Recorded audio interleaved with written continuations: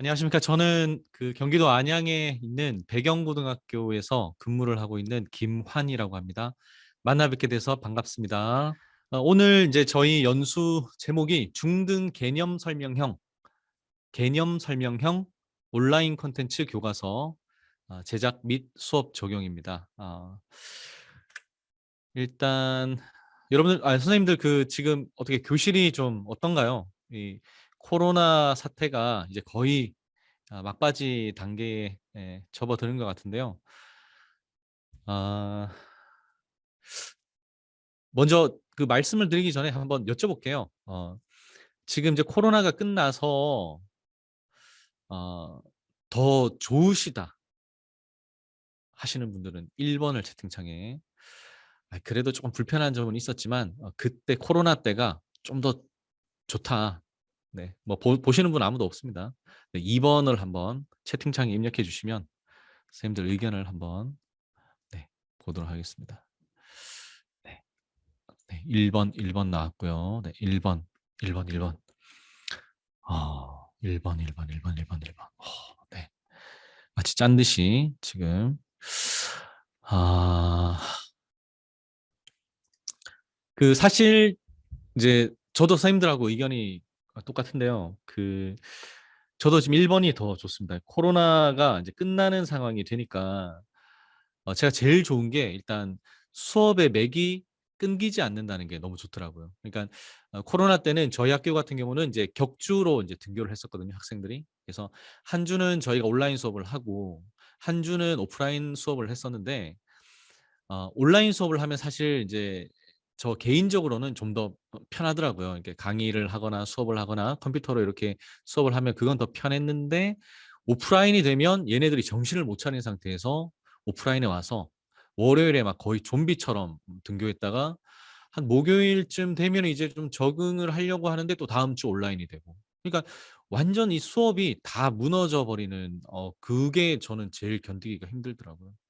당연히 수업이 안 되니까 생활 지도나 이런 거는 말할 필요도 없고요. 그래서 '아 좀 빨리 끝났으면 좋겠다.' 했는데, 이제 올해는 저희 같은 경우는 이제 한 번도 온라인 수업을 한 적이 없고 쭉 오프라인으로 이렇게 쭉 인제 밀고 가니까, 이제 그냥 다들 이제 여기에 인제 다 적응을 하고 또 학생들도 또 학교 생활에 이렇게 적응을 하는 그런 모습들을 보면서 '좋다. 좋다. 이제 좀 해볼 만하다.'라는 생각이 들었습니다. 어 그 지금 이제 코로나가 이제 끝이 났잖아요. 그리고 저는 인제 이 코로나 상황 자체가 이 거의 교육적인 그 이 '실험의 시기가 아니었나.'라는 생각이 듭니다. 그러니까 우리가 이렇게 쉽게 접할 수 없었던 그 다양한 교육적 실험들이 이번 코로나 기간 동안 이제 다 이루어졌었고요. 그래서 이제 그런 실험들을 통해서 자기만의 임상 결과들을 가지고 수업에 적용하고 또 새롭게 펼쳐질 교육 상황, 수업 상황에 대해서 자기 나름의 청사진을 그리고 그것들을 헤쳐나가려고 하는 선생님들이 이제 대거 발생하지 않을까 하는 제 생각이 듭니다. 그리고 인제 제가 지금 화면으로 선생님들한테 공유해 드리고 있는 것이 인제 티튜버라는 이제 카페인데요. 여기는 이제 그 선생님들 중에서 유튜브 채널을 운영하시는 분들이 모여 있는 카페입니다. 지금 회원 수가 지금 몇 명이죠? 회원 수가 1,400 명을 지금 넘어서네요. 물론 이제 한 번쯤은 들어보셨을 법한, 뭐 예를 들면 세금 내는 아이들 관련된 어떤 그 선생님도 저희 카페 소속이시고요. 그래서 인제 지금 어쨌든 저희 카페에서 활동을 하시는 분들은 한 1,400분 되지만, 저희 카페에 활동을 하진 않지만 또 자기 나름 본인 나름대로의 어떤 또 채널을 운영하시고 그렇게 하시는 분들은 또 더 계실 거라고 생각을 합니다. 그래서 이제 이분들이 그나마 좀 더 새로운 플랫폼 속에서 수업을 펼쳐가는 그런 대표 주자들이라고 한다면, 또 지금 여기에 이 연수에 참여하고 계신 선생님들, 그리고 또 다른 이름 모를 지역에 또 이름 모를 선생님들이 그분들이 또 계시기 때문에 이제 이 엄청난 변화들이 이제 가시적으로 저희가 목격하지 않을까, 그렇게 예상을 해 봅니다. 그리고 선생님들도 이제 그러한 흐름에 주도적으로 그 흐름의 선도주자가 되실 거라고 믿고요. 또 그러는 발걸음 속에서 오늘 이 강좌가 조금이나마 좀 보탬이 될 수 있기를 간절히 바라겠습니다. 요거는 이제 그 저희 그 이제 요런 것도 있어요. 시간 그래서 1분 네, 전입니다. 잠시만요. 모든 학생들은 각반으로 들어가 수업 준비를 해주시기 바랍니다. 그래서 이제 저희들끼리 뭐 이렇게 구독자 순위로 이렇게 재미로 이렇게 뽑아보기도 하고요. 여기 보면 재밌는 게 이제 저희 랭킹 1위는 단연 세금 내는 아이들 우리 선생님 구독자가 17만 2천. 네. 한 주, 두 주에 막 1,000명씩 느는 막 이런 분들도 계시고 어떤 분은 막 2만 8천 명씩 느는 분도 계시고요. 그래서 저마다 자기 컨텐츠로 승부를 짓고 있는 선생님들. 그래서 보시면 굉장히 자극도 되고요. 도움도 되고요. 또 대단하다라는 어떤 그런 생각도 듭니다.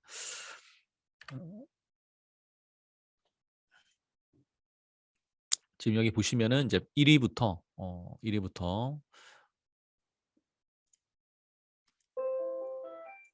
지금 거의 200위까지 있죠.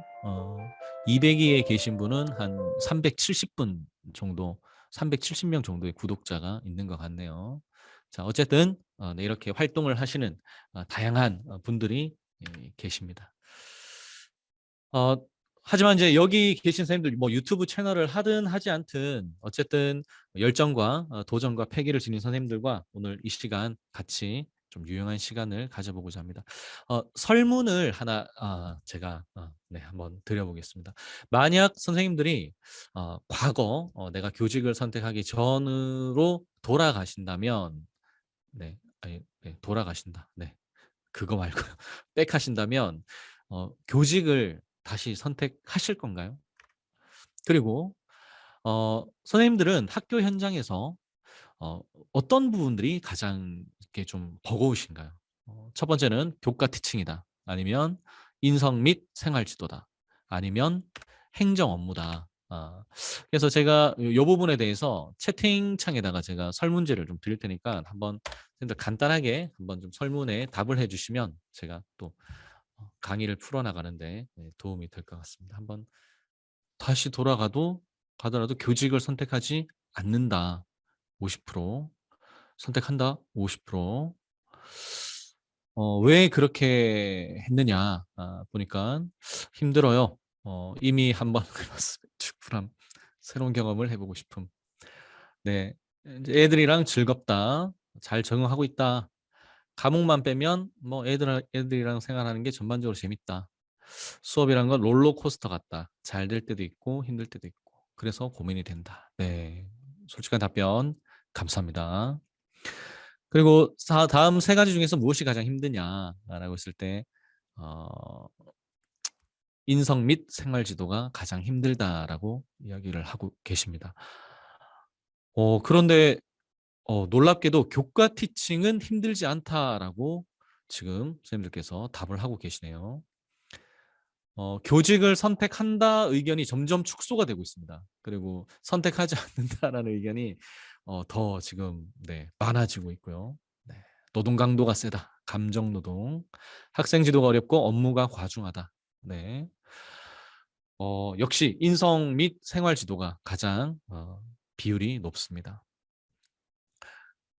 이제 그러면 네, 좋습니다. 자, 그러면 이것을 가지고 이제 제가 좀 이야기를 좀 드리려고 합니다. 제가 만약에 다시 그 시절로 돌아간다면요. 저는 교직을 굳이 선택할 필요가 없겠다라는 생각이 들었습니다. 왜냐하면 어, 제가 학생들을 가르치는 일을 좋아하고 또 그 일들을 하고 싶지만 굳이 교직에 있어야만 그 일을 할 수 있느냐라는 거기에 대한 좀 깨달음이 생겼기 때문에 굳이 교직에 들어가지 않아도 그와 유사한 일을 할 수 있겠다. 내가 좋아하는 일을 할 수 있겠다라는 생각을 했었는데요. 자, 제가 왜 그런 생각을 하게 됐는지 이제 지금부터 하나씩 말씀을 드리겠습니다. 어 저는 이제 제가 재직하고 있는 학교가 이제 인문계 고등학교입니다. 인문계 고등학교고요. 또 사립입니다. 사립이고요. 또 그리고 제가 있는 그곳이 우리나라 3대 학원가 있잖아요. 이제 학원 매출액, 학원 개수 뭐 이런 것들로 산정하는 학원 규모가 가장 큰 3대 학원가 지역 중에 한 곳이 바로 저희 학교 바로 앞입니다. 그래서 인제 이런 곳에서 인제 제가 학생들을 십수년 가르치면서 사실 인제 저는 선생님들께서 힘들어하시는 그런 부분들 보다 저는 학생들을 티칭하는 게 너무 힘이 들더라고요. 그러니까 인성 지도는 뭐 하다가 어느 정도 선까지 내가 하다가 도저히 안 되는 친구들은 뭐 어쩔 수 없이 어떤 뭐 제도나 그런 것들의 힘을 빌릴 수밖에 없지만 저는 이 수업이라는 면은 수업 교사에게 있어서 가장 중요하고 본질적인 부분인데 이 부분이 저는 좀 안 되더라고요. 그래서 이게 왜 안 되느냐 하니까 이제 학생들의 마음의 지분을 차지하고 있는 어 제 지분이 너무 작다라는 결론을 내렸습니다.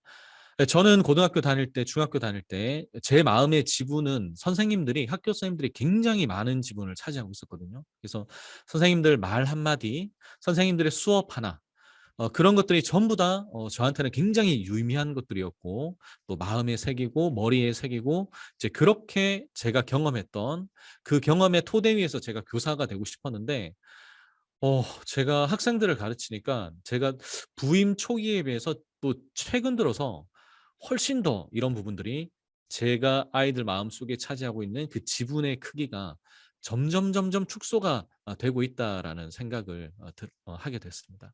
그래서 그 마음의 지분을 이제 아무래도 학원 선생님들도 같이 또 가지고 계시고요. 또 전국 일타 선생님들, 일타 강사 선생님들 또 아이들이 또 마음을 또 주고 있고요. 또 요즘에 이제 유튜브나 이런 데 보시면은 다양한 교육 크리에이터들 어 예를 들면은 수업 뭐 공부 코칭을 한다라든지 아니면은 실제로 자기가 자기의 강의를 올려서 학생들에게 또 도움을 준다라든지 이제 그런 부분들이 너무나 비중들이 커지는 바람에 저는 수업 시간에 학생들이 온전하게 제 수업에 어 이렇게 참여하지 못한다라는 거기서 저는 교사로서의 좀 많은 어려움들이 있었습니다. 그래서 이제 저는 이제 그러한 상황 속에서 '어떻게 하면 이것을 극복해 낼 수 있을까?' 또 '잃어버린 우리 아이들의 마음을 되찾아올 수 있을까?' 이제 그런 생각들을 했고요. 그런 생각들을 위해서 다양한 자구책들을 제 스스로가 마련을 했었고 그리고 지금은 어느 정도 또 회복이 되어서 또 아이들과 함께 또 행복한 수업 시간을 보내고 있습니다. 그러면 이제 그 부분에 대해서 이야기를 하기 전에 먼저 좀 오늘 다루게 될 온라인 콘텐츠 활용 교과서에 대한 개념과 좀 종류들을 좀 정리를 하고 한번 넘어가 보도록 하겠습니다. 자, 선생님들 이미 알고 계시겠지만 온라인 콘텐츠 활용 교과서는 이렇게 정의를 하고 있죠. 물론 이 정의는 아직도 정의가 완전하게 내려진 게 아니라 진행 중으로 제가 알고 있습니다. 다양한 온라인 콘텐츠 그러니까 이북, PDF, 동영상, 실감형 콘텐츠 등을 활용해서 제작한 넓은 의미의 교수 학습 자료다. 그런데 이게요. 이 개념이 최근에 생긴 거는 아닌 것 같고요. 사실 저희가 코로나 이전부터 저희가 학생들을 수업을 할 때 저희가 사실 이러한 다양한 콘텐츠들을 이미 활용을 해 왔지 않습니까? 저 같은 경우도 뭐 예를 들면은 EBS 지식 채널이라든지 아니면은 어쨌든 유튜브 콘텐츠라든지 그런 다양한 콘텐츠들을 제가 수업에서 활용을 했었거든요. 근데 이제 그러한 어떤 선생님들마다 활용을 했던 그런 것들을 이제 요렇게 확실한 범주화, 개념화로 지금 캐리스에서 진행을 해 나가고 있는 것 같습니다. 어 그래서 제가 왜 지금 이렇게 온라인 콘텐츠 활용 교과서라는 개념이 이렇게 정립이 되고 또 이러한 것들이 또 선생님들이 또 알아야 하느냐 이제 두 가지 측면에서 제가 생각을 해 봤는데요. 첫 번째는 요건 이제 저의 이제 추정입니다. 다양한 어떤 상황 맥락을 제가 고려해 왔을 때 이제 우리의 미래의 수업 현장이 지금 가장 큰 이슈가 그 학점제잖아요. 고교 학점제잖아요. 근데 고교 학점제는 결국에는 학생들이 자기가 듣고자 하는 교과목을 선택을 하고 또 그 선택을 받은 선생님들이 그 학생을 대상으로 수업을 하게 되는 것이고 또 평가도 결국 그 선생님이 이제 절대평가로 바뀌게 되면 그 선생님이 평가를 진행을 하게 되는 것이죠. 자, 그런데 이제 결국에는 이러한 양상이 무엇과 유사해지느냐? 결국 대학의 강좌들과 유사해지는 거죠. 교수가 강의를 개설하고 원하는 학생이 신청하고 그러면 그 교수님은 자기가 이 강의의 목표에 도달하기 위해서 가장 최적화된 그 교과서, 강의안을 가지고 수업을 하실 것이고 또 그 강의안에 관련된 수업과 관련된 평가를 진행할 것이고 거기에 대해서 평가를 하시고 그렇게 본다면 그 교수님들이 자기 과목의 평가를 위해서 다른 교수님들하고 상의를 하거나 협의를 하지는 않잖아요. 그러니까 결국에는 우리 교사들이 그 수업에 대한 개별 독립성, 전문성 이런 것들이 점점 확대되고 확장될 거라는 거죠.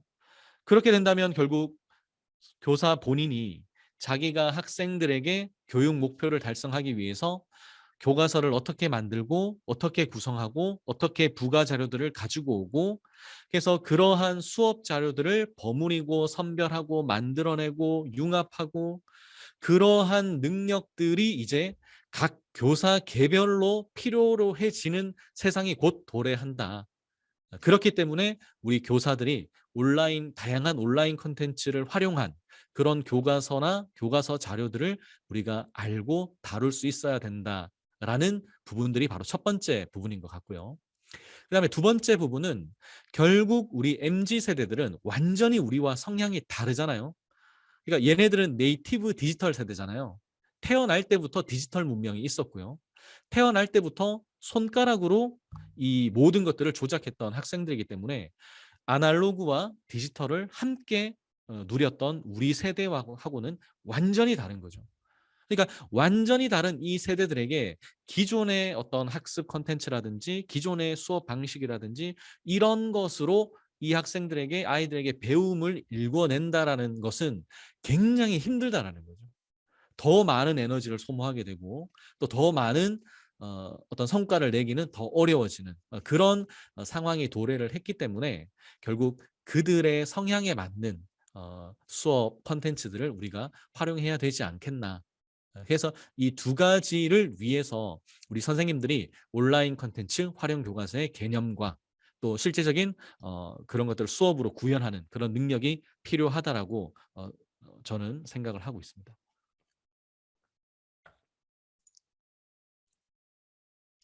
자, 그러면 온라인 콘텐츠 활용 교과서 수업 유형에는 어떤 것이 있느냐? 요렇게 5가지가 있죠. 개념 설명형, 의사결정형, 문제 해결형, 직간접 체험형, 그리고 놀이 활동형이 있습니다. 그런데 이제 선생님들께서는 오늘 이렇게 개념 설명형으로 선택을 하셨고요. 저 역시도 오늘은 개념 설명형으로 중심으로 강의를 진행하고자 합니다. 제가 학생들에게 수업을 하고 나면 학생들이 시험 기간이 되면 이렇게 이야기를 합니다. 수업 시간에 배운 게 없어요. 수업 시간에 다양한 활동들, 토의, 토론, 모둠 수업, 그런 다양한 학생들에게 필요한 활동들을 가지고 수업을 하는 이유는 선생님들이 좀 더 학생들에게 피상적인 지식이 아니라 본질적인 지식을 가르쳐 주기 위해서 그런 다양한 활동들을 하잖아요. 그리고 또 그런 활동들을 장려하고 있고요. 그래서 우리가 시를 한 편 배우기보다는 그 시를 감상하는 본질적인 방법을 배우는 것이 물고기를 잡는 방법을 알려주는 것이 그 학생들이 새로운 다양한 작품들을 만난다 하더라도 그 작품들을 이해할 수 있는 능력을 배양하는 것이 우리가 그런 활동형 수업을 하는 이유잖아요. 그런데 제가 이 고등학교에서 이제 그런 수업을 해 보면 학생들이 항상 이런 피드백을 저한테 하고요. 혹은 학부모들에게 하고요. 그리고 심지어 학원 선생님들한테 하게 되면 그러면 이제 또 학원 선생님들은 또 거기에 막 이렇게 기름을 붓잖아요.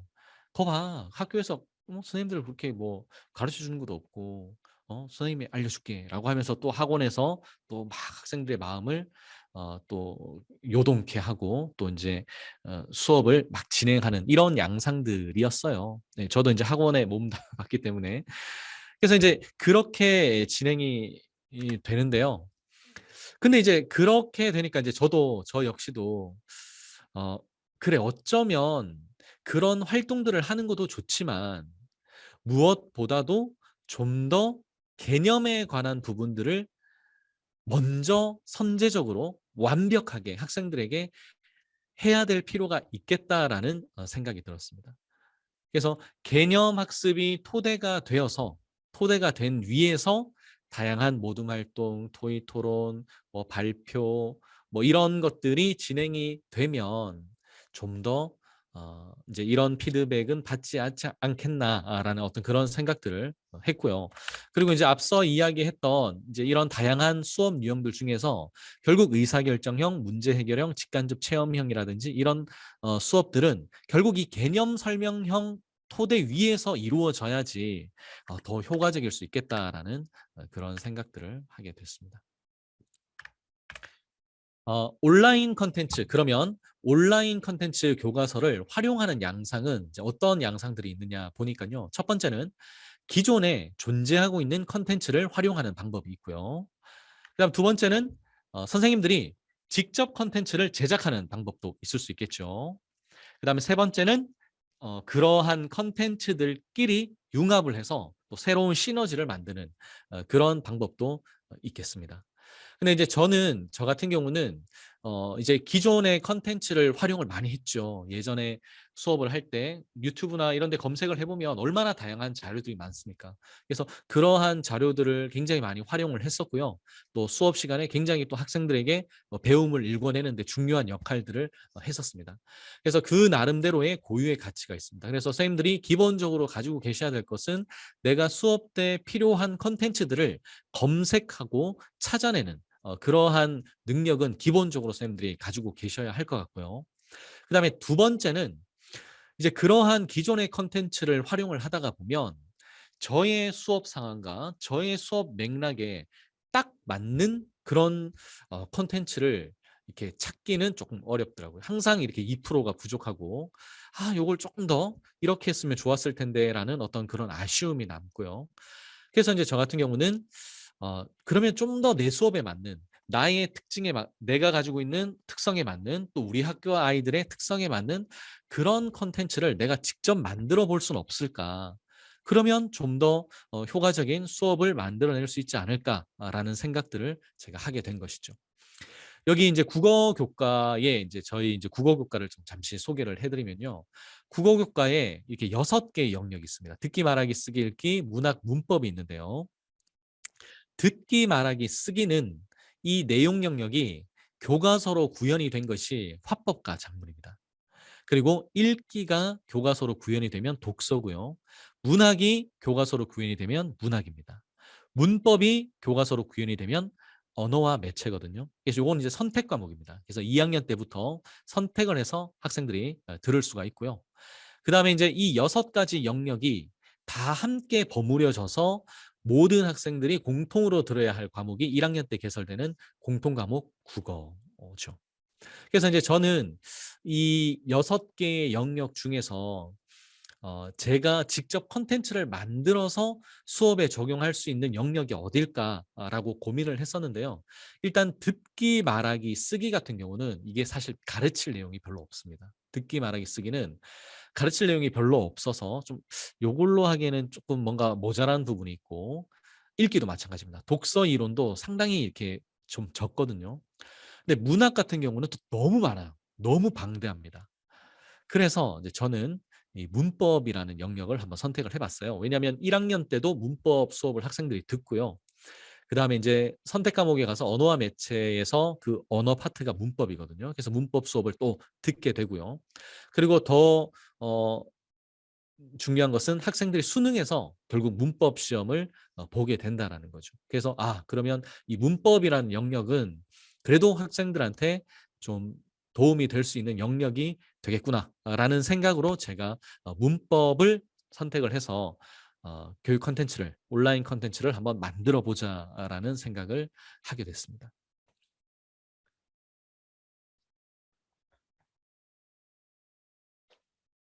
자, 선생님들 혹시 여기 국어과 선생님들 계실지 모르겠는데요.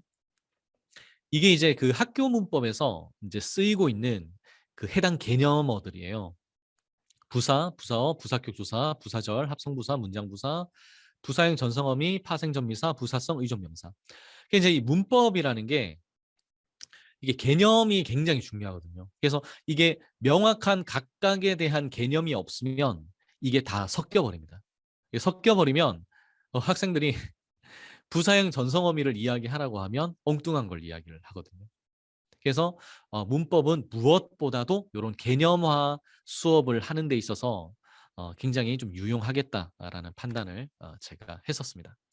자, 그래서 그러면 제가 그 문법을 어떻게 수업 콘텐츠를 만들 수 있을까 했을 때에 제가 이제 참고했던 것이 뭐냐면 바로 선생님들 그 한번 들어보셨을 텐데요. 제가 참고한 게 마이크로 러닝입니다. 마이크로 러닝. 제가 요걸 한번 보여드릴게요. 지금 요거는요, 그 K무크에서 그 마이크로 강좌 개발 가이드라인이라고 해서 이제 발표한 자료인데요. 제가 요걸 가지고 와봤어요. 일단 여기 보시면 이제 여기 보시면 마이크로 러닝이 뭐냐? 자, 이 마이크로 러닝이 나옵니다. 자, 보시면 자, 마이크로 러닝은 우리가 죄송합니다, 선생님들.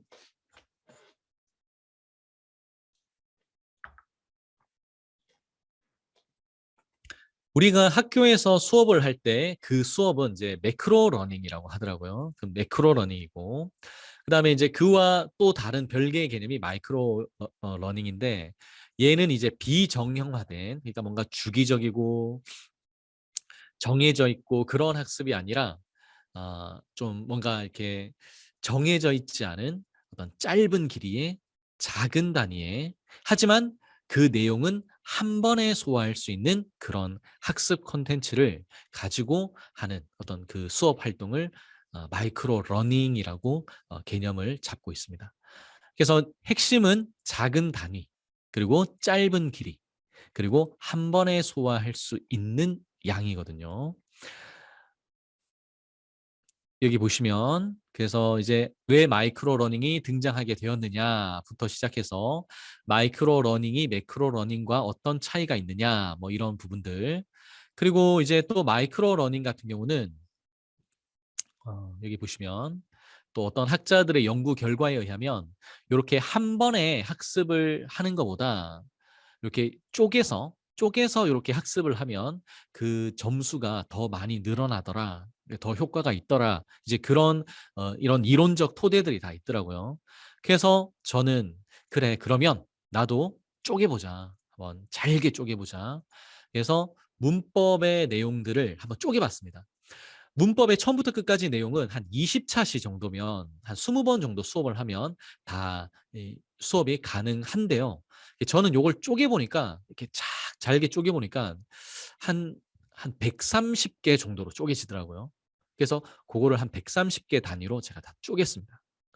그리고 쪼갠 다음에 그 쪼개고 나서 어떤 식으로 각각의 개념들이 서로 연결이 되어야 하느냐 어떤 것들이 서로 유기적으로 관련이 있느냐에 대한 어떤 그런 선생님들의 인지는 분명히 있으셔야 되고요. 그리고 학생들한테 쪼갠 강의들을 진행을 하면서도 이렇게 계속 이렇게 묶어줘야 됩니다. 계속 연결을 지어줘야지 각각의 개념들이 연결된다라는 거. 그리고 이제 두 번째 했던 작업이 뭐냐면 그것을 쪼개고 나서 MZ 세대의 형편과 상황에 맞게 비주얼화 작업을 했습니다. 그러니까 우리가 예전 같은 경우는 우리가 처음에 초창기에 PPT를 하면 대부분 막 텍스트를 막 이렇게 싣잖아요. 그리고 텍스트를 싣고 또 그 텍스트를 그대로 이야기하잖아요. 그러면 이제 그렇게 수업을 하다가 보면 깨닫게 됩니다. 아, 학생들이 지금 내 얘기를 듣는 게 아니라 저 화면에 있는 저 텍스트들을 보고 있구나. 내 얘기는 듣지 않고 있구나라는 사실을 이제 깨닫게 되죠. 그래서 이제 그 다음 단계로 나가면 이제 텍스트는 확 줄여버리고 핵심 어구나 그다음에 뭐 그와 관련된 이미지들을 활용을 하고 그다음에 그 설명하는 것들은 내가 구어로 설명을 하게 되는 거죠. 그러면 학생들은 화면을 보면서 핵심 내용이나 핵심 이미지와 관련된 비주얼들은 머리에 새기고 또 선생님 수업에서 들려오는 그런 목소리들 내용들을 이제 서로 뇌 속에서 결부를 짓는 이제 그런 것들을 하게 되는 거죠. 요걸 이제 잘했던 사람이 이제 그 스티븐 잡스 아니겠습니까? 그래서 이렇게 비주얼화를 제가 작업을 했고요. 그 다음에 그리고 나서 이것을 그 작업이 끝나고 나면 반드시 개념 이해도 학생들이 얼마나 그러한 개념을 정확하게 이해를 했는지를 제가 확인을 했습니다. 그래서 개념을 이해했는지를 확인하는 일종의 형성평가죠. 그런 형성평가까지 진행을 해야지 이게 하나의 어떤 개념 활동형 수업이 되지 않느냐라고 저는 생각을 했었습니다. 그리고 온라인 컨텐츠 활용 교과서 같은 경우도 이제 그 형성 평가가 여러 가지가 있잖아요. 여러 가지가 있는데 저 같은 경우는 이제 어 죄송합니다. 의사소통형이 아니고 학습 확인용입니다. 학습 확인용. 저는 학습한 내용을 제대로 확인했는지를 살펴보는 학습 확인용 형성 평가로 제가 학생들에게 평가를 진행을 했었습니다. 자, 그러면 그렇게 해서 제가 만든 개념형 온라인 컨텐츠 교과서가 어떤 건지 제가 한번 샘플을 선생님들한테 한번 보여드리고요. 또 계속해서 이야기를 한번 진행해 보도록 하겠습니다. 안녕하세요. 5분 만에 마스터하는 국어. 이번 시간에는 담화에 대해 배워보도록 하겠습니다. 오마국 시작합니다. 자, 드디어 이날이 왔네. 바로 오마국의 130번째이자 마지막 강의야. 오늘은 담화에 대해서 배워볼 텐데 최대한 간략하게 설명하도록 할게. 일단 발화라는 개념이 있어.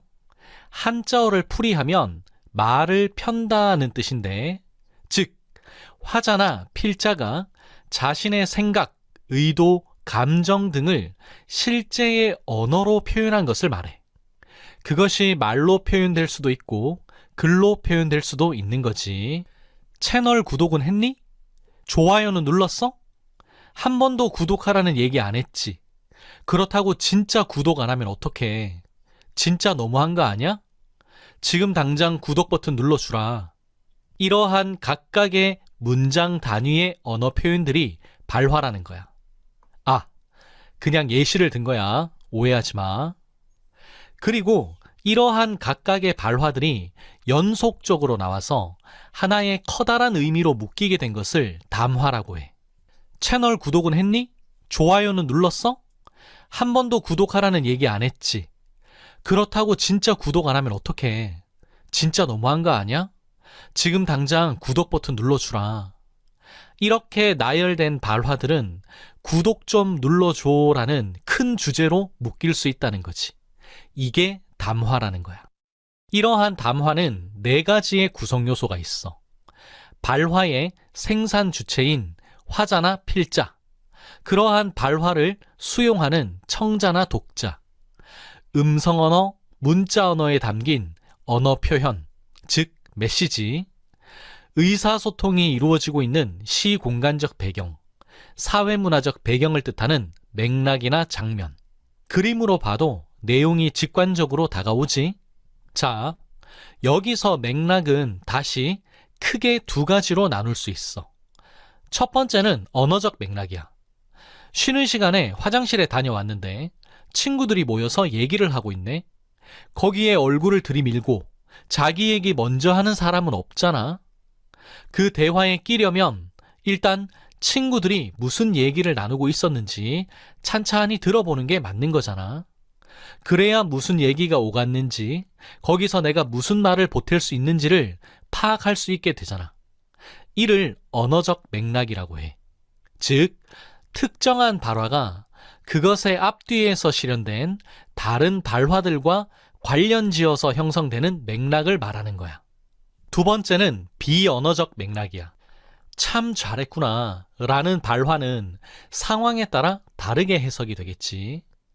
창문을 깬 철수에게 참 잘했구나는 비난의 의미가 되겠고, 대통령상을 받은 철수에게 참 잘했구나는 축하의 의미로 다가가겠지.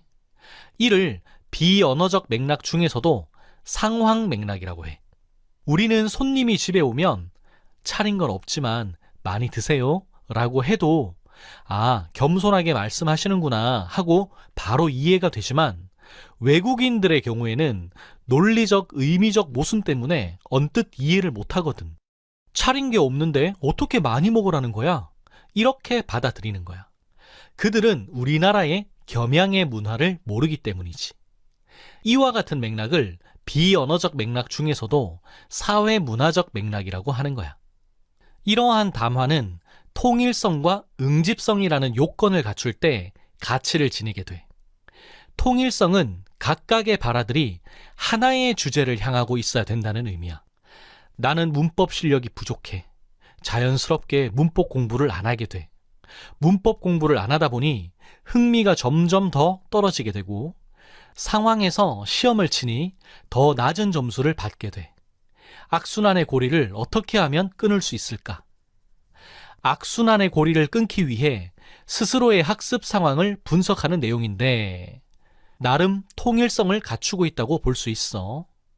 여기에 그래서, 그런, 이와 같은 접속 표현과 지시 표현이 더해지면 담화의 응집성이 더 탄탄해질 수가 있겠지.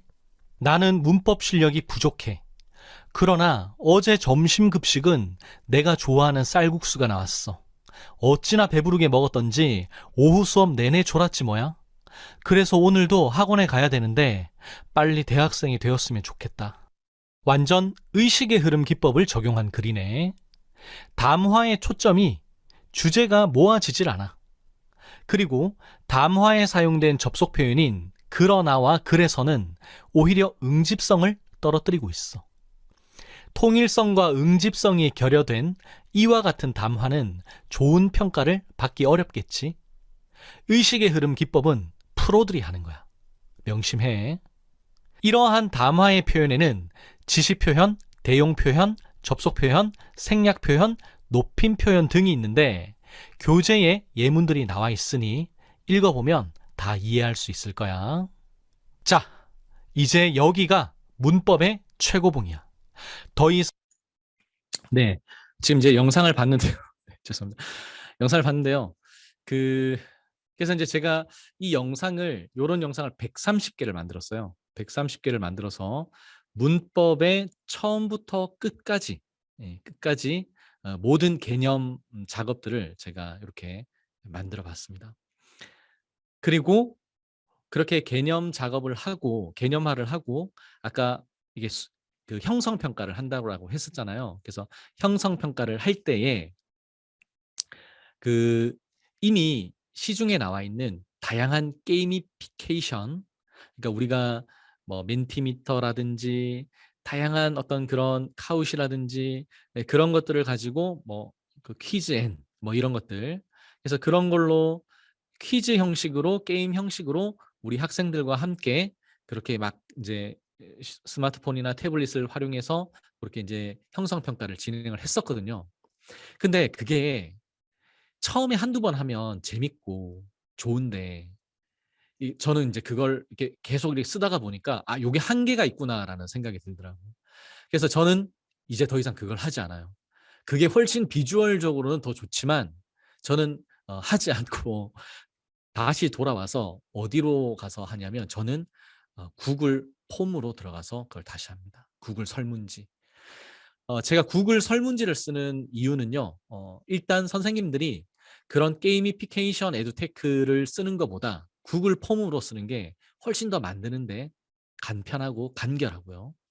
그 다음에 게이미피케이션 같은 경우는 학생들이 막 참여를 하잖아요. 이제 자기가 이번 시간에 개념을 익혔다. 그래서 그 익힌 개념을 참여를 하면 개념을 제대로 익히지 못한 친구들은 그 익명성에 묻어가거든요. 그래서 막 친구들이 막 점수 막 올라가고 랭킹 뜨고 막 이럴 때 걔는 그냥 이렇게 저기 저 바닥에 그냥 이렇게 놓여져서 자기 혼자 있어요. 이제 그런 부분들.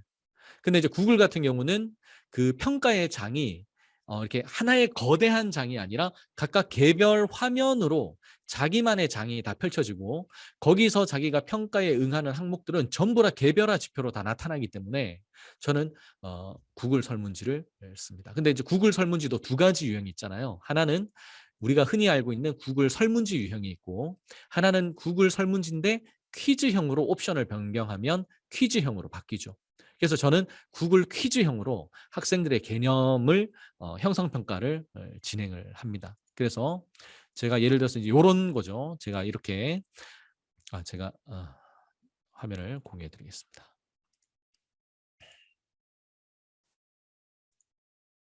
지금 여기 보시면 이제 구글 폼이 있잖아요. 이렇게 구글 폼이 있고 이렇게 양식을 시작을 하게 되면 여기 이제 설문지 형식인데 이 상태에서 우측 상단에 점 3개를 가면 점 3개가 아니네요. 네, 점 3개. 죄송합니다. 여기 다시 돌아와서 여기 설정으로 가면 퀴즈로 만들기가 있죠. 퀴즈로 만들기를 딱 ON을 해버리면 이제 이렇게 옵션이 자동으로 딱 바뀝니다. 바뀌고 그래서 이제 퀴즈를 가게 되면 이렇게 예를 들어서 무엇일까요? 하면 뭐 1번, 2번, 3번, 4번이다. 그러고 나서 제가 이제 답안을 작성할 수 있는 거죠. 이 문제의 정답은 3번이고 답안 관련 의견 추가해서 잘못된 답변에게서는 2번이 잘못된 이유는 해서 학생들이 잘못된 예를 들어서 2번을 하면은 오답이잖아요. 그러면 왜 잘못됐는지에 대해서 알 수 있게 하고요. 정답을 선택한 친구들은 당연히 뭐 이렇게 자 그래서 이런 식으로 저장을 하면 학생들이 정답과 오답의 상황에서 각각 다른 피드백을 받게 되고요.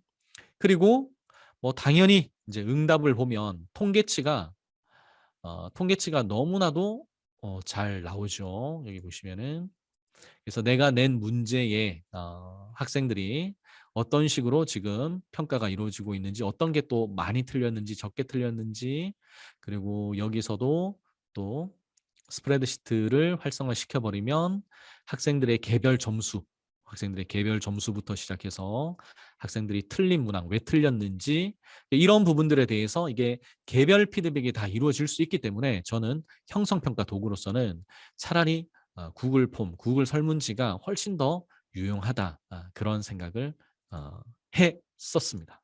그래서 유튜브에 게이미피케이션 치면요 되게 많아요. 되게 많은데 이게 처음에 한두 번만 혹합니다. 차라리 이렇게 클래식한 예전의 방식대로 가는 게 구간이 명간이 아닌가 그렇게 제가 말씀을 드립니다. 자, 그러면 지금까지 이제 제가 선생님들과 함께 얘기를 나눴던 부분들을 좀 정리를 한번 해보도록 하겠습니다. 자, 그래서 온라인 컨텐츠 활용 교과서를 그러면 활용하고 또 특히 제작의 단계까지 가게 되면 어떤 점이 좋냐? 첫 번째가 그 최대치의 교수 능력이 발휘된다. 선생님들, 최대치의 교수 능력이 발휘된다. 이게 무슨 말일까요? 아니, 내가 수업 시간에 내가 가지고 있는 교수 능력이 굳이 온라인 콘텐츠 활용 교과서를 제작해야지만 최대치 교수 능력이 발휘될 수 있을까? 맞나? 거기에 대한 의문이 생기시겠죠. 그다음 두 번째는 효율적인 수업 에너지 배분이다. 우리가 수업을 1시간 동안 할 때에 거기에 소모가 되는 에너지가 있지 않습니까? 근데 그 에너지가 이 온라인 콘텐츠 활용 교과서를 우리가 동원을 하면요. 훨씬 더 효율적으로 에너지를 분배할 수가 있습니다. 그다음 세 번째로는 홍길동의 분신술을 활용할 수 있다. 왜 갑자기 온라인 콘텐츠와 홍길동의 분신술이냐? 자, 이 세 가지의 장점에 대해서 제가 우리가 그 온라인 콘텐츠 활용 교과서잖아요. 근데 그 개념을 보면 넓은 의미의 교수 학습 자료라고 돼 있거든요. 근데 제목은 교과서예요. 사실 이게 함의하는 바가 되게 좀 클 것 같아요. 그러니까 제가 뭐 물론 그 캐리스 원장은 아니어서 저도 일개 평교사여서 잘은 모르겠지만 우리가 그 학교 수업 현장에서 그 교육과정 재구성이라는 말을 되게 많이 썼잖아요. 한 수년 동안. 그래서 교육과정 재구성을 하면서 성취 기준과 결부지어서 교과서에서 필요 없는 건 빼고 또 필요한데 교과서에 없는 건 내가 채워놓고 이제 그러는 우리의 모습들 속에서 예전에는 교과서의 지위가 바이블이었잖아요. 근데 이제 그 교과서의 권위와 지위가 다 이제 사실 해체가 됐다라고 보셔도 되잖아요. 그러면 온라인 컨텐츠 활용 교과서니까 이게 그거하고도 일맥상통하는 부분이죠. 이미 교과서의 지위와 권위가 다 무너져 버린 상태에서 내가 교육 목표에 도달하기 위한 그 어떤 자료들도 다 교과서의 범주 안에 다 들어올 수 있다는 것이고, 그래서 그러한 것들을 수집하고 정리하는 능력뿐만 아니라 실제로 교사가 운영하기에 가장 최적화된 자기만의 수업 컨텐츠를 만들어낼 수 있는 능력까지 생겨난다면 이제 뭐 미래 수업은 그 개인 교사들에게 다 맡겨도 되지 않을까, 그런 거대한 어떤 어, 좀 담론이 있지 않을까, 그런 생각들을 한번 해봅니다. 자, 그러면 이제 제가 이렇게 컨텐츠를 만들었어요. 만들었는데 이제 문제는 뭐냐면 이런 컨텐츠는 지금 다 만들 수 있을 것 같습니다. 선생님들 저마다 이제 에듀테크 구사 능력들이 이제 어느 정도 궤도에 다 올라섰기 때문에 또 선생님들이 또 잘하시는 어떤 몇몇 에듀테크만 활용하셔도 충분히 그런 컨텐츠는 만들 수 있을 것 같아요. 제가 지금 여기 보니까 제일 눈에 띄는 분이 우리 과학 아는 형님이라는 이 선생님께서 눈에 확 띄세요. 지금 보니까 네. 그러니까 지금 이렇게 뭐랄까 프로필도 있으시고요. 그래서 선생님 죄송합니다. 과학하는 형님 선생님, 네 형님이라고 불러야 되나요? 과학하는 형님 죄송합니다. 제가 그 혹시 유튜브에 과학하는 형님이 계신가 해서 한번 검색을 해봤더니 역시나 계시더라고요. 그래서 수업 컨텐츠를 만드셔서 이미 지금 또 활동을 하고 계시고 그래서 그런 모습을 보면서 제가 역시나 하는 생각이 들었습니다. 수업 시간 1분 전입니다. 자, 그러면 이제 저는 이렇게 만든 컨텐츠를 어떻게 활용을 하느냐. 저는 어, 그 우리가 학생들에게 절대 빠뜨려서는 안 되는 게 개념 수업이잖아요. 과목 상관없이 개념 수업은 절대 빠뜨려서는 안 됩니다. 그런데 이런 개념 수업을 할 때 이 상황에 따라서 이 수업의 퀄리티가 변합니다. 그러니까 예를 들어서 내가 수업 분위기가 굉장히 좋은 반에 가서는 내가 설명하는 것들이 제가 잘 표현이 되고 학생들이 잘 수용이 되고, 수업 분위기가 좋지 않은 반에 가면 앉아라, 일어나라, 깨워라, 조용해라부터 시작해서 온갖 잔소리들과 함께 수업을 하다가도 또 너 왜 나가냐, 선생님 화장실 가고 싶어요, 앉아라. 이게 지금 이 변수들이 너무 많죠. 그래서 최고의 퀄리티를 확보하기가 굉장히 좀 힘이 듭니다. 그래서 저는 제가 만든 수업 컨텐츠를 수업 시간에 틉니다. 오프라인에서요. 자, 그러면 수업을 시작합니다. 자, 자리에 앉고 시작합시다. 자, 오늘은 이것에 대해서 배울 겁니다. 자, 이것은 이러한 맥락에서 굉장히 중요하고 여러분들이 이것을 배우게 되면 앞으로 이러이러한 것들을 더 깊이 공부하는데 토대가 됩니다. 그리고 이것은 이렇게 다 연결이 됩니다. 지식들이. 그래서 이 영상을 이제 선생님이 여러분들을 이 수업을 이 개념을 여러분들에게 지금부터 설명을 해드리고자 합니다. 자, 그런데 이 설명을 해드릴 선생님을 한 분 모셨습니다. 자, 화면을 한번 보시죠. 해서 그 화면으로 교실의 수업 화면을 통해서 제가 만든 컨텐츠를 트는 거예요. 자, 그러면 그 영상 컨텐츠는 당연히 마이크로 러닝 기법으로 해서 뭐 길어봤자 한 10분 정도, 10분 내외 정도의 영상이 되겠죠. 그러면 그 영상을 틀면 바로 이러한 효과가 나죠. 최대치의 교수 능력이 발휘된다.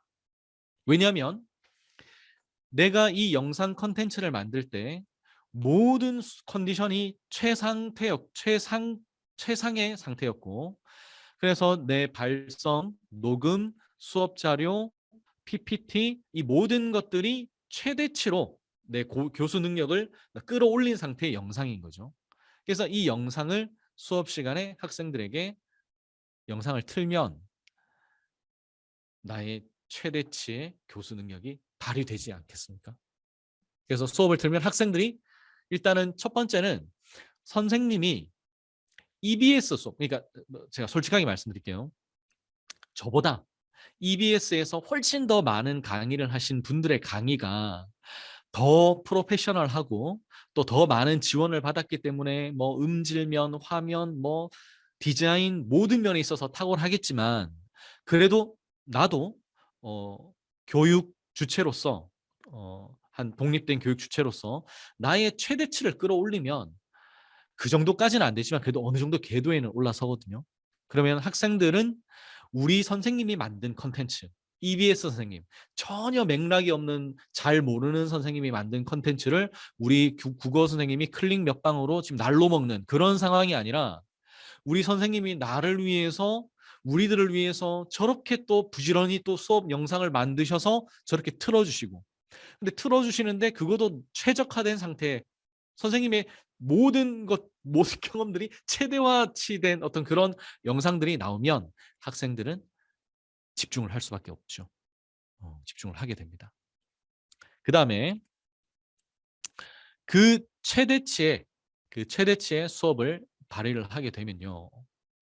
선생님이 에너지를 아낄 수 있어요. 자, 저 같은 경우는 수업에 들어갈 때 지금 저 같은 경우는 지금 4반을 들어가거든요. 그래서 한 반에 4시간씩 해서 16시간을 들어가는데 4반을 들어갑니다. 그런데 어떤 중학교에 계신 선생님들은 뭐 5반, 6반 들어가실 수도 있겠고요. 또 어떤 선생님들은 교과목에 따라서 뭐 10반, 12반 전학급을 다 들어가는 선생님도 계실 거 아니에요? 그런데 우리가 지금까지 해왔던 거는 그 했던 내용을 그렇게 반복을 하는 거죠. 그럼 사실 우리도 힘들고 그 했던 했던 얘기 또 하고 또 하고 그게 쉽지 않잖아요.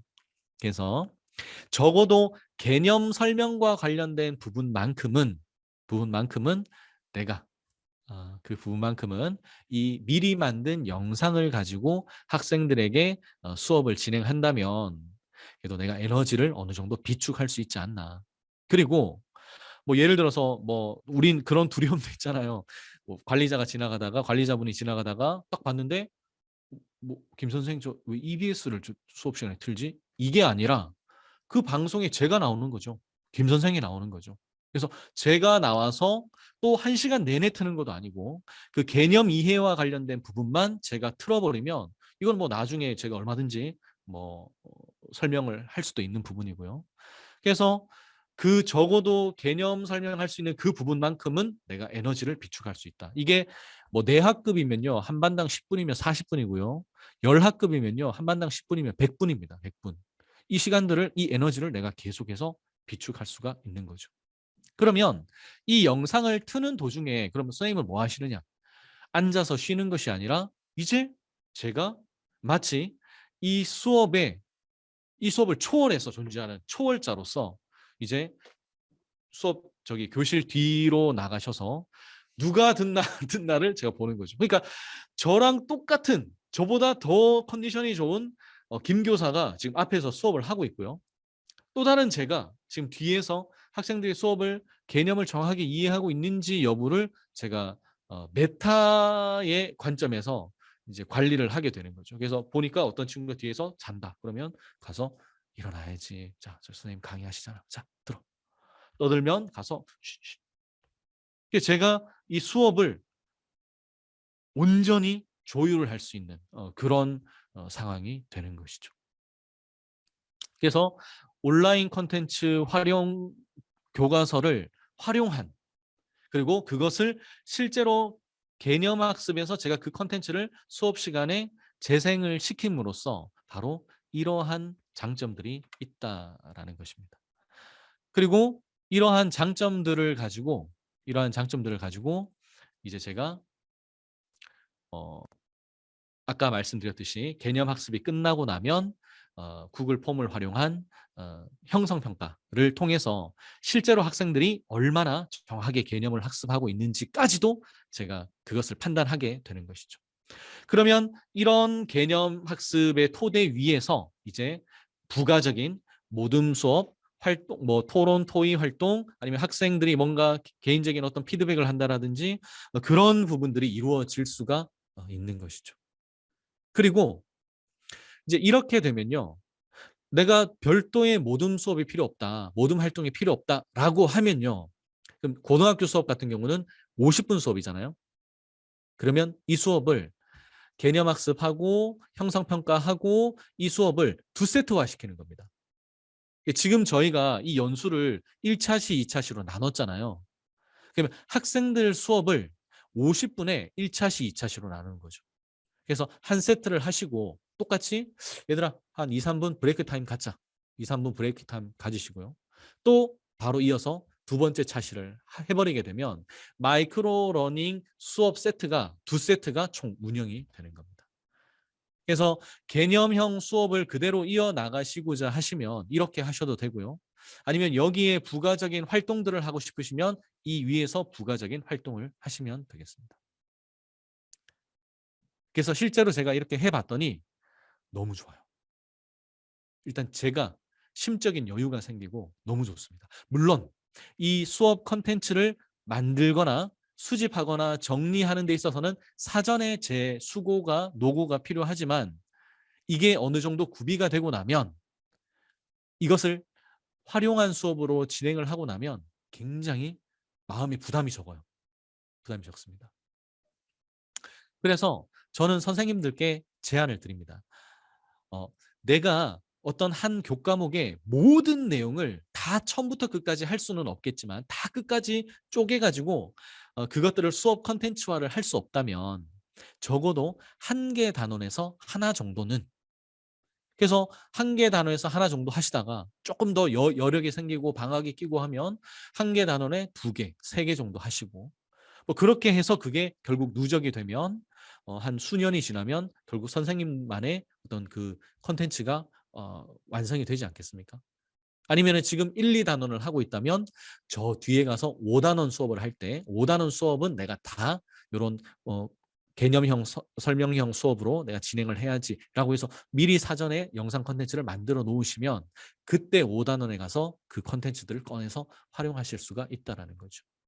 그래서 제가 이제 주변에 선생님들께 이렇게 설명을 드리면 선생님들이 다 동의하세요. 너무 좋다. 너무 괜찮다. 오케이. 그런데 그러면 그걸 내가 만들어야 되지 않느냐. 그러면 이제 여기서 이제 두 가지죠. 선생님들께서 직접 만드셔도 되고 아니면 선생님들께서 다른 이미 만들어진 자료들을 활용하셔도 되고 두 가지로 선생님들께서 결정을 하시면 되겠습니다. 그리고 저는 선생님들께서 이것을 이왕이면 만드는 것이 좋다라고 생각하는 이유가요. 이게 선생님들이 사실 수업 포트폴리오가 없어요. 그러니까 내가 수업을 하고 나면 이 수업은 날아가는 거잖아요. 뭐 녹화하는 것도 없고 녹취도 없고. 그래서 다 날아가는 거기 때문에 1년이 끝나고 나면 내 수업이 남는 게 없습니다. 그런데 어쨌든 이렇게 내가 수업 콘텐츠를 만들어 놓으면요. 적어도 담화와 관련된 수업만큼의 콘텐츠는 이게 남습니다. 이거 내년에 또 쓸 수 있어요. 다음 학기에 또 쓸 수 있습니다. 잘 만들어 놓으시면, 선생님이 잘 만들어 놓으시면 4, 5년 쓰셔도 됩니다. 그리고요, 여기서 한 걸음만 더 나아가 볼게요. 제가 초창기에 또 젊은 선생님들한테 유튜브 해라. 이렇게 장점이 많은데, 선생님 저 돈 벌 생각 없어요. 아니, 돈 벌기 위해서 유튜브 하는 게 아니라 이 유튜브의 가장 큰 장점은 나만의 저장 창고, 나만의 클라우드, 나만의 자료실, 나만의 도서관이 될 수 있다.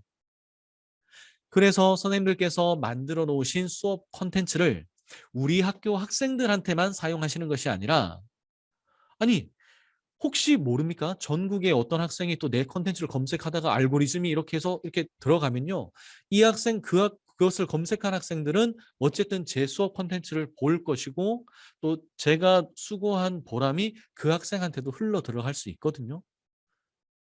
그래서 내 수업의 범위가 우리 교실로만 한정되는 것이 아니라, 이거는 교육부에서 허가한 거니까요, 전국적으로 내 수업의 지평이 넓어질 수 있다는 거죠.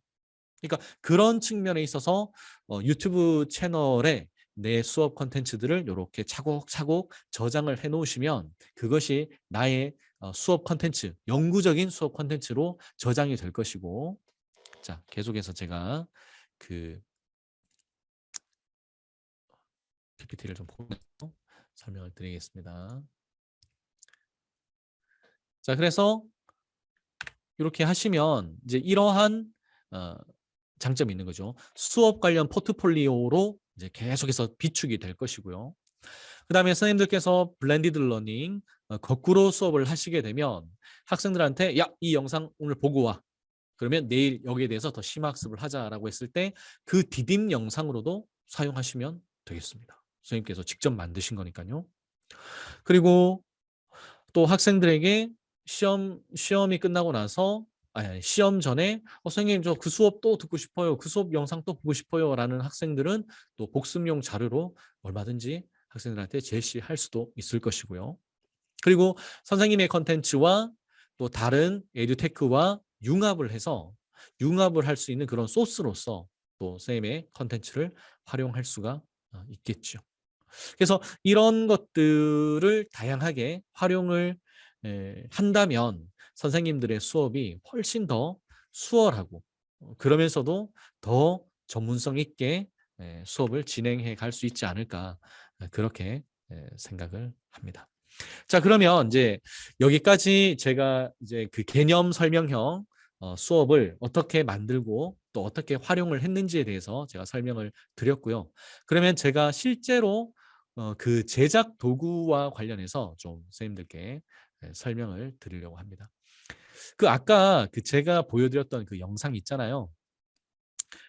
이 영상과 관련해서 제가 그래서 이제 두 가지를 준비를 했거든요. 그래서 하나는 유료 도구를 선택을 했고, 하나는 무료 도구를 제가 선택을 했는데, 그 유료 도구 중에서 저는 이 도구가, 자, 제가 이 도구를 보여드릴게요.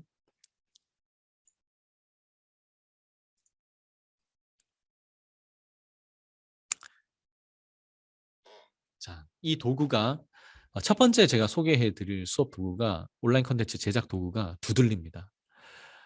이거 아마 대부분 다 모르실 거예요. 그래서 이거 제가 제가 지금 엄청난 득을 봤어요. 득을 봐가지고 이걸 좀 선생님들한테 공유를 좀 해드리려고 해요.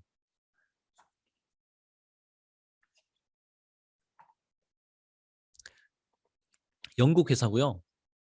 이제 요걸 가지고 뭐라고 하냐면 뭐 화이트보드 애니메이션 제작 도구 뭐 이렇게 이야기를 하기도 하는데요. 이거는 에듀테크는 아니었어요. 에듀테크는 아니었는데 제가 요것을 선택해서 에듀테크로 사용을 했습니다. 그래서 에듀테크가 된 거고요. 칠판을, 우리가 수업을 결국에는 칠판에다가 하잖아요.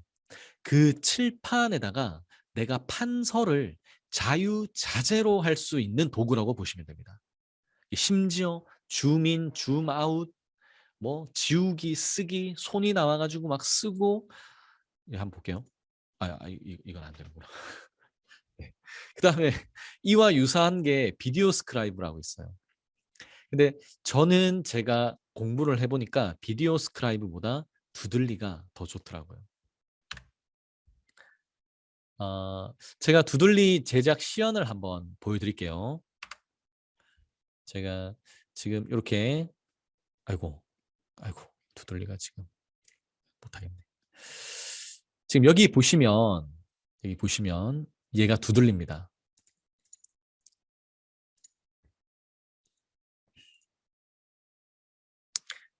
이제 얘가 이제 두들리라는 프로그램인데 이제 제가 이걸로 이제 수업 도구를 다 만든 거거든요. 근데 오늘 제가 한번 연수 오프닝을 한번 보여드릴게요.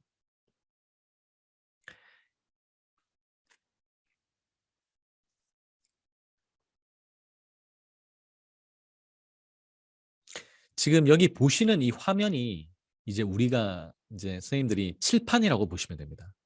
얘를 칠판이고요. 칠판에 그냥 판서만 해도 되는데 저는 여기다가 그림을 넣었어요. 그림을 넣고 캐릭터를 넣었습니다.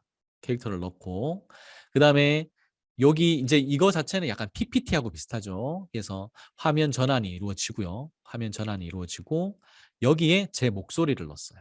제 목소리를 넣고 그 다음에 배경음악을 깔았습니다. 그래서 깔고 이것을 이제 제가 프리뷰로 한번 볼게요. 프리뷰로 보면 안녕하세요, 선생님들. 오늘도 이렇게 연수해 오신 선생님들을 진심으로 환영합니다. 저는 오늘 선생님들과 함께 두들리에 대해서 이야기를 나눌 김환이라고 합니다. 현재 경기도 안양에 위치한 배경고등학교에서 국어과 교사로 근무하고 있고요. 유튜브 채널인 오마국을 운영하고 있습니다. 짧은 2시간이지만 최대한 많은 이야기들을 전해드리도록 할게요. 자, 그럼 시작해 볼까요?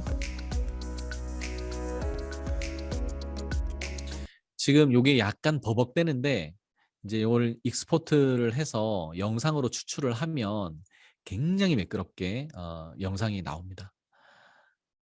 그래서 여기 지금 제가 하나 예를 들면 이렇게 여기다가 제가 이렇게 글을 쓰면 자 제가 이렇게 글을 쓰잖아요. 글을 쓰고 뭐 이렇게 내렸다 뭐 이렇게도 할 수 있고요. 이렇게 배치도 자유롭게 할 수 있고요. 이렇게 딱 해서 그래서 얘를 이렇게 재생을 시키면 이렇게 손이 나와서 글을 씁니다. 마치 선생님 손이 나와서 판서를 하듯이. 그래서 이제 이런 식으로 이제 원리는 그래요. 원리는 그림도 넣을 수 있고 여기 보시면은 막 캐릭터 그림 같은 것도 넣을 수 있고 또 내가 올린 어떤 파일 그림도 여기다가 뭐 탑재할 수도 있고요. 그래서 뭐 그림 같은 것도 이렇게 넣으시면 이렇게 되고.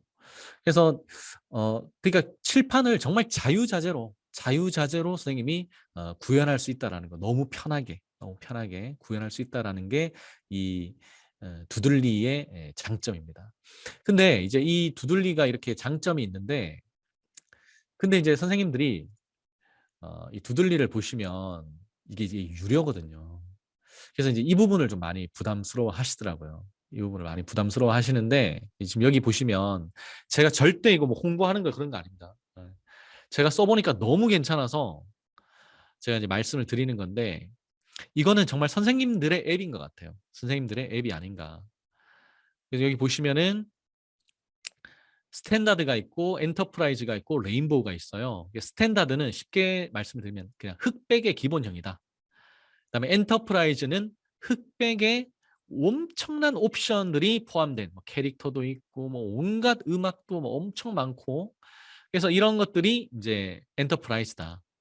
그리고 그래서 이제 레인보우는 거기다가 색깔을 입혀주는 칼라다. 이게 좀 약간 좀 뽀름하죠. 네. 그래서 이제 칼라를 입히면 이제 이렇게 되는데 그래서 이제 구매가 어떻게 되냐면 스탠다드를 먼저 사고 거기에 이제 얘를 또 결제하면 이렇게 되고요. 또 얘를 결제하면 이렇게 되는 거죠. 토탈 합치면은 한 20 얼마 돼요. 지금 100불에 한 220불, 230불 정도 되잖아요. 그래서 이게 이제 지금 두들리 홈페이지에 가서 이걸 구입을 하시면 안 되고 두들리.kr에 가셔서 구입을 하셔야 돼요. 그게 이제 한국 두들리거든요. 그 대표분이 이렇게 해가지고 그 프로모션으로 진행을 한대요. 그래서 어쨌든 이런 식으로 이제 가격이 구성되어 있는데 이게 아까 말씀드렸던 비디오 스크라이브보다 원리는 비슷한데 더 저렴합니다. 왜냐하면 얘는 평생이거든요. 평생입니다. 업그레이드 다 되고요. 평생입니다. 그리고 또 얘가 장점이 뭐냐면 보시면 일단 칠판 기반 콘텐츠여서 교사들이 개별 특성을 발휘하기에 너무 좋고요. 한 번 결제로 평생 이용 가능합니다. 그리고 아이디가 공유가 돼요. 그래서 이제 이걸 결제를 하면 이메일로 너 어디 가서 다운받아라 하면서 그 파일이 오거든요. 그 파일을 다운을 받으면 아이디하고 비번을 넣고 이제 활용을 하면 되는데 이거를 학교 컴퓨터에도 깔고 집에 컴퓨터에도 깔고 사무실 컴퓨터에도 깔고 이렇게 해도 상관이 없어요.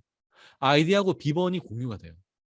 그래서 만약에 예를 들어서 250불이 230불이다. 그러면 선생님들 10분만 모으면 23불이에요. 그러니까 20만 원대에 쓸 수 있는 거를 2만 원대에 쓸 수 있는 거죠. 평생. 모르겠습니다. 나중에 아이디 공유 그 차단을 할지는 모르겠지만 어쨌든 지금은 벌써 제가 한 2, 3년 전에 이제 구입을 했으니까 지금도 되거든요. 그러니까 그런 걸 봤을 때는 가격에 대한 부담은 좀 적지 않나 그렇게 생각을 하고 그래서 저는 두드리를 가지고 제가 발휘할 수 있는 모든 역량들을 지금 다 발휘를 하고 써먹고 있고요.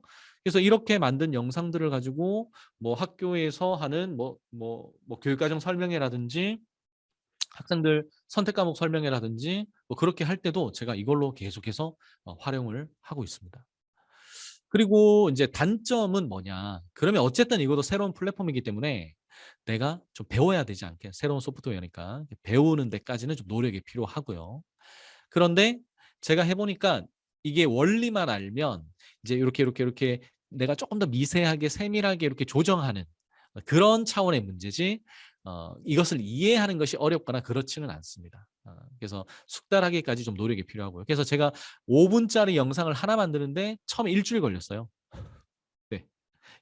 일주일 걸렸는데 지금은 뭐 이제 뭐 퀄리티에 따라 다르겠지만 뭐 5분짜리 하나 만드는데 뭐 1시간이면 하죠. 1시간이면 합니다. 그래서 이제 그런 노력이 좀 필요하다. 그리고 두 번째는 이제 초기 결제 비용에 부담이 있다. 이제 이게 단점입니다. 그래서 단점이 장점을 상쇄시키면 선생님들도 한번 알아보시고요. 그게 아니라면 뭐 또 다른 방법을 선택을 해봐야겠죠. 그래서 저는 선생님들께 두들리 이 어플을 정말 강추합니다. 그래서 선생님들이 선생님만의 온라인 콘텐츠 교과서를 만들어 보시면 정말 어마어마한 성장과 발전을 이루시지 않을까. 말씀 나온 김에 이제 저는 여기 보시면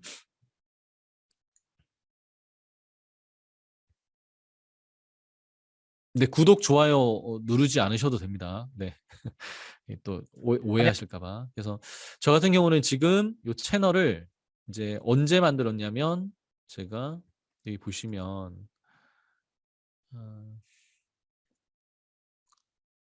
제가 2년 전에 2년 전에 만들었네요. 2020년 1월 17일 날 제가 첫 영상을 업데이트를 했습니다. 2020년. 그래서 1월 달에 이제 처음으로 영상을 올리고 지금까지 한 2년 한 반 남짓 이제 채널을 운영해 왔는데요. 그래서 사실 뭐 저는 뭐 제가 채널을 개설해서 문법 콘텐츠를 이렇게 좀 올리고 하면 뭐 단번에 몇만씩 이렇게 될 줄 아는데 그건 아니고요. 네, 그건 아니고 아직 뭐 이제 한 8,000명 정도 되지만 사실 제가 지금까지 학생들 가르친 학생들보다 지금 구독자 학생들이 더 많거든요.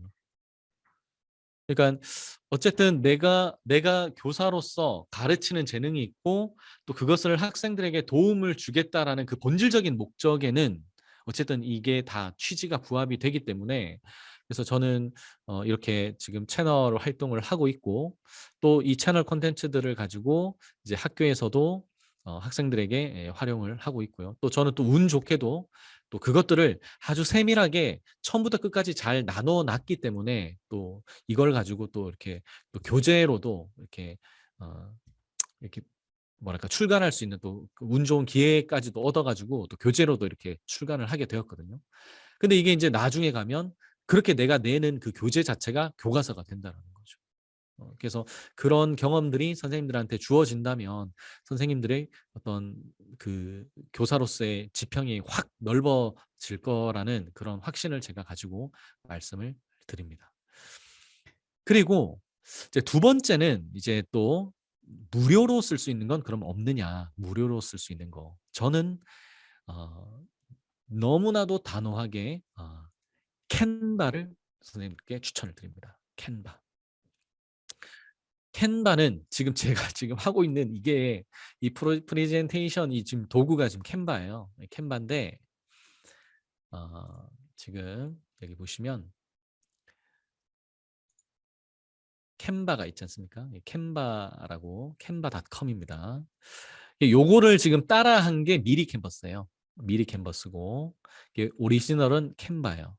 근데 이제 미리 캔버스 같은 경우는 지금 보시면은 최근에 유료화가 됐습니다. 최근에 이제 유료화가 돼서 무료로도 쓸 수 있고 유료로도 쓸 수 있지만 프로로도 쓸 수 있지만 무료로 쓰게 되면 이제 각종 사진이나 그림이나 뭐 아이콘이나 이런 것들이 이제 왕관 표시가 들어가면서 그거는 프로들만 쓸 수 있다라고 이제 그렇게 체크가 돼요. 그래서 이게 쓸 수 있는 범주가 확 줄어들고요. 그 다음에 이제 프로로 쓰게 되면 가격이 1년에 16만 원입니다. 한 명당 한 달에 월 구독료가 13,400원이에요. 연 16만 원이에요. 16만 원. 그런데 캔바를 보시면 1년에 12만 9천 원이에요. 12만 9천 원인데 5명까지 됩니다. 그래서 5명이 뭉치면 5명까지는 12만 9천 원에 쓰게 해주겠다. 각각의 독립된 계정으로 쓰게 해주겠다. 그래서 이렇게 하면 그 1인당 한 2만 6천 원 정도 되죠. 한 달이면 한 2,100원. 그래서 유료로 그래서 일단 가격적인 측면에서 미리 캔버스는 좀 상대가 되지 않는다. 그리고 미리 캔버스 같은 경우는 이제 교육 채널 같은 경우는 이제 무료로 제공이 되지만 대신에 그건 학교 계정이나 뭐 구글 아이디나 이런 것들이 예를 들어서 선생님들께서 전근을 가시면 다시 다 리셋이 되기 때문에 결국에는 못 쓰게 되는 그런 상황이 발생해서 저도 그래서 이 캔바도 이제 무료 계정으로 교육 계정은 무료로 되거든요. 근데 저는 일부러 내 계정으로 쓰기 위해서 유료로 했고요. 그래서 이제 5명. 그래서 이 5명이 뭐 서로 싸우지만 않으면 이제 끝까지 쭉 갈 수 있습니다. 뭐 한두 명 빠지면 또 채워 넣으면 되고요. 그래서 그 계정에 다 살릴 수 있다. 그러면 여기서 무엇을 할 수 있느냐? 다 할 수 있습니다. 다 할 수 있습니다. 그래서 기본적으로 이제 다 할 수 있지만 선생님들께서 이제 수업 컨텐츠를 만드셔야 되잖아요. 그래서 수업 컨텐츠를 만드실 때 저는 이 캔바 툴을 활용하시면 좋지 않겠나. 가장 선생님들께서 하기 쉬운 개념 설명형 수업은 화면을 띄우고 그 화면에 대해서 선생님들이 이렇게 설명을 하는 거잖아요. 근데 그것을 이제 보통 선생님들께서는 이제 파워포인트를 활용해서 그렇게 수업 콘텐츠를 만드시는데 좀 파워포인트는 그것을 만드는 데 좀 치중돼 있다면 캔바 같은 경우는 그러한 것들을 만드는 소스들까지도 캔바에서 다 제공을 받아서 쓸 수 있다는 장점이 있습니다. 사진을 하나를 다운을 받아도 파워포인트는 내가 어디서 다운을 받아가지고 그것을 다시 불러와서 그렇게 넣어야 되지만 캔바는 바로바로 넣으면 되거든요. 제가 한번 시범을 보여드릴까요? 여기 이제 이렇게 있잖아요. 제가 지금 PPT를 만들고 있습니다. 만들고 있는데 제가 이렇게 있습니다. 자, 그러면 여기서 제가 좀 학생들한테 좀 이야기를 좀 해주고 싶어요. 학생들에게 뭔가 스포츠맨십에 관한 이야기를 해주고 싶어요. 그러면 여기에 사진으로 이렇게 체크를 하시고 스포츠를 치시면 됩니다. 손흥민에 대해서 이야기하고 싶다. 손흥민을 치시면 됩니다. 나올까요? 네, 손흥민은 안 나오네요. 이게 아무래도 외국 플랫폼이니까 그러면 예를 들어서 제가 축구를 한번 검색해 보겠습니다. 이렇게 나오죠. 소스들이 나옵니다. 그러면 이 소스들을 그대로 이렇게 가지고 와서 딱 붙이면 이렇게 되는 거죠. 그리고 텍스트.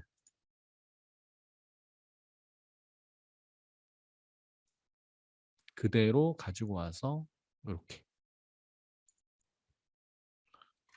국어와 축구의 차이점, 공통점. 이렇게 해서 폰트 다 있죠, 여기.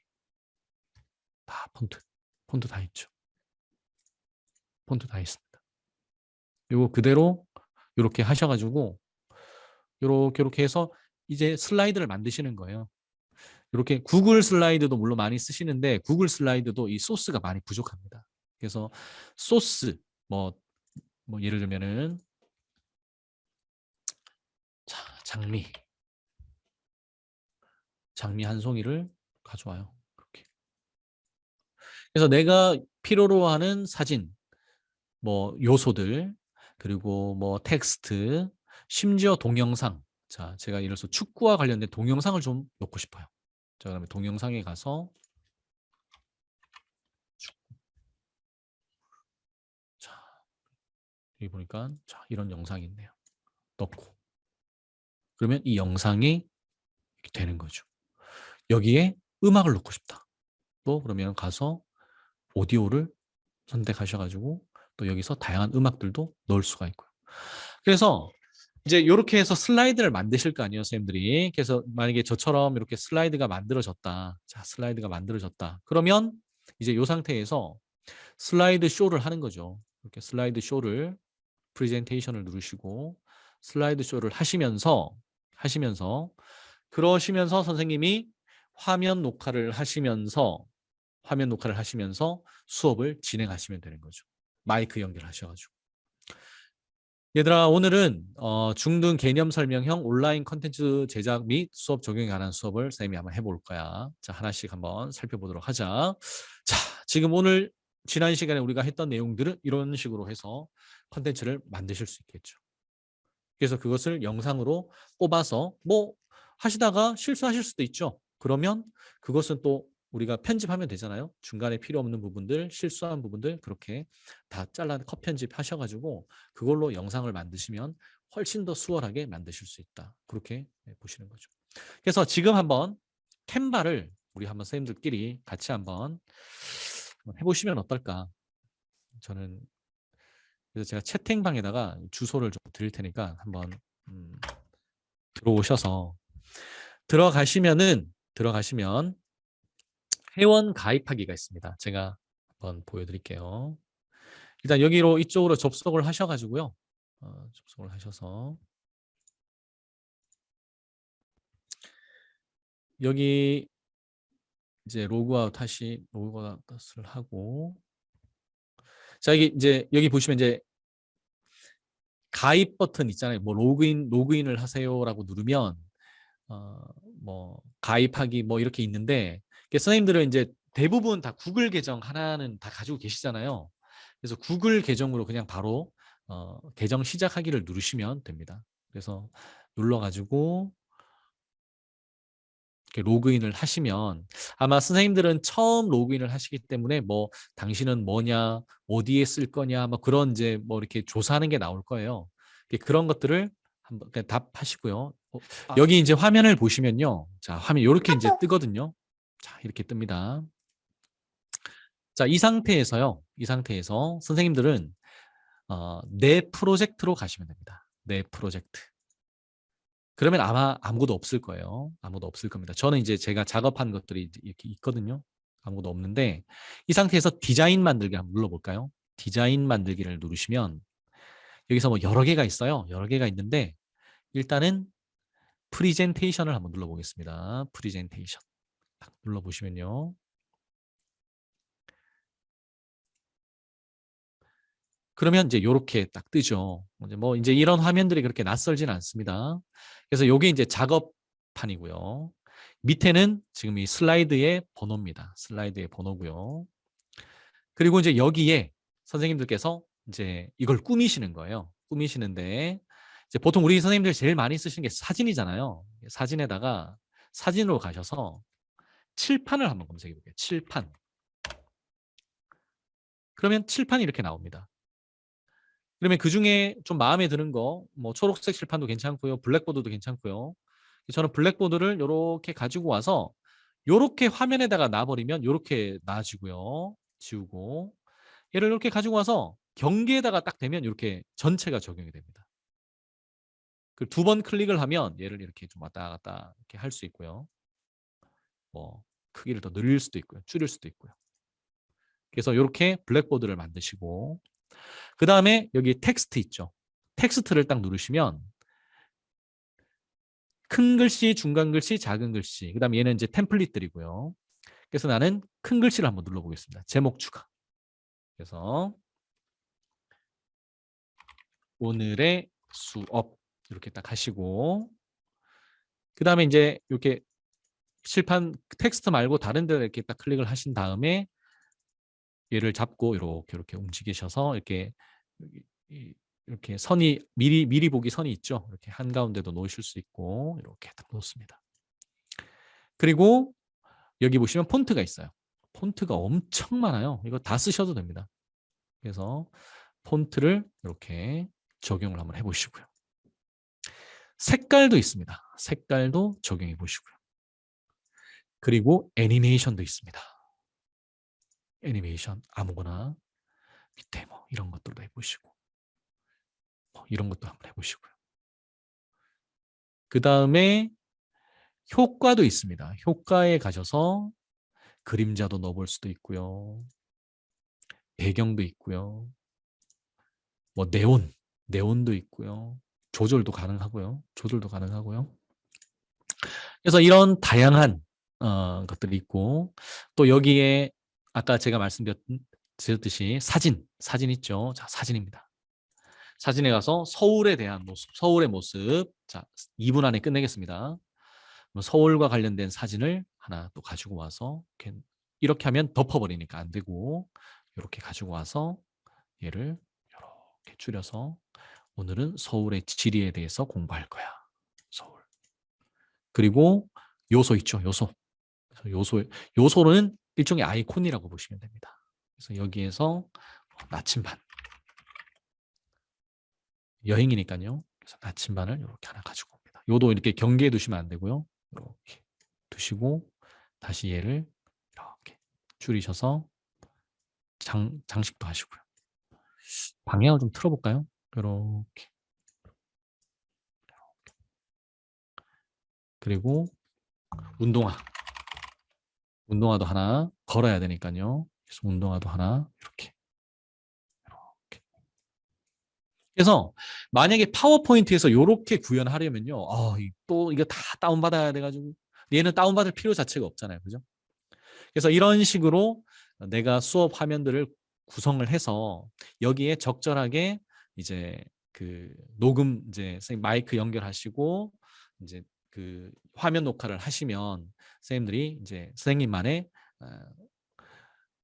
완벽한 최상의 컨디션을 유지한 완벽한 수업 개념 설명 영상이 나오게 되고요. 그것을 아까 말씀드렸듯이 수업 상황에서 활용을 하시면서 선생님의 체력도 조절하시고 또 선생님의 최상의 모습으로 학생들에게 강연하시고 또 다른 선생님이 또 뒤에서 이 수업 전체를 메타인지의 관점에서 또 관할하는 컨트롤하는 어떤 그런 경험들 또 그 속에서 구글 폼을 활용해서 학생들이 그러한 개념들을 얼마나 잘 이해하고 있는지 또 확인을 하시고 그 토대 위에서 또 다양한 활동들, 다양한 온라인 수업 콘텐츠 활동들을 또 병행해 갈 수 있는 그런 방법들이 되지 않나 그렇게 선생님들께 제안을 합니다. 그리고 그러한 수업 콘텐츠들은 유튜브 플랫폼에 차곡차곡 저장을 해 놓으시면 선생님들만의 또 콘텐츠 창고가 될 것이고요. 그것은 올해 다 하셨으면 내년에 또 쓰실 수도 있고 내후년에 또 쓰실 수도 있고 블렌디드 러닝, 수업 복습, 예습, 심화 학습 자료로도 얼마든지 학생들에게 제공할 수도 있고요. 우리의 교실 현장을 떠나서 전국의 모든 학생들을 대상으로 내가 또 내 수업 콘텐츠로 만나고 피드백을 주고받는 또 그러한 관계까지도 나아갈 수 있는 정말 좋은 기회가 아니냐라고 제가 말씀드릴 수 있는 게 제가 지금 이것을 직접 경험하고 있기 때문에 선생님들께 이렇게 말씀을 드릴 수가 있습니다. 그래서 두들리까지는 조금 어렵다 하더라도 캔바 정도로 선생님들이 충분히 연습을 하실 수 있고요. 이거를 활용해서 아무도 하지 않는 정말 나만의 컨텐츠를 만들고 싶다라는 이제 목표가 생기시면 다음 단계로 두들리 버스에 올라타셔가지고 그 유튜브에 두들리 강의 이렇게 치시면 또 다른 분들이 강의를 많이 해놓으셨어요. 보시면서 따라하시면서 그 강자들의 또 선생님 걸로 만들어 보시면 좋지 않겠나 그렇게 생각을 합니다. 선생님들 2시간 동안 정말 수고 많으셨고요. 오늘 이 강연이 조금이나마 선생님들한테 좀 도움이 되었으면 좋겠고 또 이제 선생님들의 개별 역량이 이제 막 발휘되는 이제 완전 새로운 이제 교육 세계가 이제 펼쳐질 텐데 그곳에서 꼭 선두 주자로서 우리 선생님들이 쓰셔서 또 선도해 가는 그런 선생님들 되시길 제가 또 응원 드리도록 하겠습니다. 또 언제 기회가 될지 모르겠지만 다음에 또 인연이 되면 또 만나 뵙도록 하겠습니다. 오늘 정말 수고 많으셨습니다. 감사합니다.